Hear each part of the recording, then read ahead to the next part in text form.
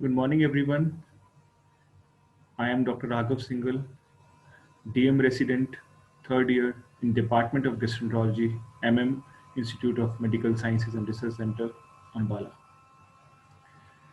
I am going to present a case on a rare disease with the common symptom. We present two cases of 35-year-old female and 52 years old male who came with complaint of severe pain abdomen of short duration. Their radiological and their blood investigation were normal. So, where to go? Either to put the patient to surgeon side or to our side. So, we took the detailed history of the patient and did a bedside test, and we were able to diagnose the little imitator.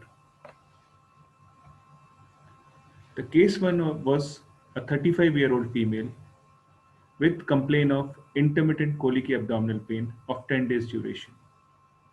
She was given symptomatic treatment initially.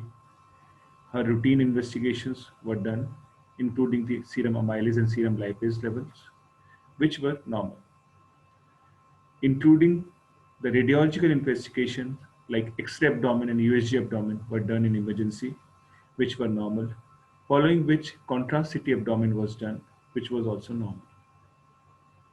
During the stay in the hospital, patient was complicated with an episode of generalized tonic-clonic seizure.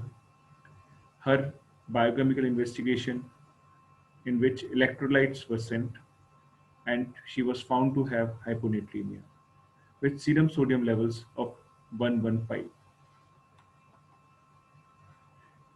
So we thought of two diagnoses, that is two differentials, acute intermittent porphyria and lead toxicity. Her serum lead levels were done, which were normal. So we were left with the last diagnosis, acute intermittent porphyria. We got her bedside urine collected and we put that urine sample in sunlight, and the urine sample, it turned to be brick red color from yellow color. So it clinched and helped us to go for modified ELIS test for urine orthobilinogen, and however it came out to be strongly positive. And simultaneously the patient improved on the high glucose diet and hypertonic saline and was discharged in the stable condition.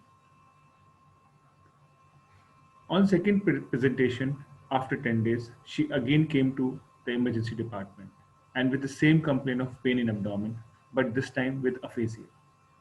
Her serum sodium levels dropped to 105 with septicemia. Counts were 14,400. CT scan was done of the head and was found to be normal. After 2 to 3 days of the admission, she developed high-grade fever with respiratory distress and was put on mechanical ventilator. Later, she developed quadriparesis, alternating loose stools, constipation, urinary retention, persistent tachycardia, and intermittent hypertension. Her respiratory muscles got paralyzed, for which tracheostomy was done. Since the patient could not afford the treatment, so she was discharged against the medical advice. Another case was of a 52-year-old male who had similar complaint of intermittent colicky abdominal pain of 20 days duration. He was also given the symptomatic treatment in the form of analgesics and PPIs, but did not respond. On inquiring about the history, he was an occasional alcohol intake and was non-smoker. His routine investigations were done, including the serum amylase and serum lipase. They were all normal. Her radiological investigation, including the X-ray abdomen and USG abdomen, and contrast CT abdomen of the patient were done, which were normal. So again, after ruling out the common diagnosis, we went for the uncommon ones, including the acute intermittent porphyria and lead toxicity. His serum lead levels, they were normal. His urine was collected bedside and was kept in sunlight, which turned to brick red color, imitating the diagnosis of porphyria. for which modified ELIS test was done for uroporphyrobilinogen and which came out to be strongly positive. Patient was put on the high glucose diet, after which he improved and was discharged in stable condition. So, discussion about the porphyria. The human porphyrias are clinical disorders reflecting defects in the heme biosynthesis. The disease is categorized according to the site of enzyme inactivity, that is erythropoietic or hepatic, and to its presentation, either acute or chronic. Acute intermittent porphyria is the most common type and is frequently identified during the porphyric crisis with incidence of 5 per 1 lakh people. They are characterized by neurovisceral attacks and by cutaneous manifestation. In our case, patient had GB syndrome like Peaches in the form of quadriparesis.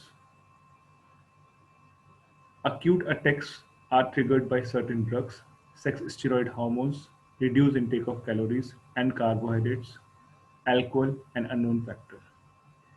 The second case we presented, the patient was an alcoholic, and this could have triggered the acute attack of porphyria. So finally, the take-home message is a high index of suspicion in the presence of non-specific symptom is important for diagnosis. A family history of porphyria, female sex, onset during the luteal phase of the menstrual cycle, or recent use of a porphyrogenic drug may be the diagnostic clues. The attacks of porphyria, they are very rare before puberty. Misdiagnosis is relatively common because the symptoms are vague. A new diagnosis of porphyria as the cause of acute symptoms must be substantiated by finding a substantial increase in the urine PBG, which is 100% sensitive in a specific marker for acute intermittent porphyria. Treatment should be started promptly after the diagnosis is made.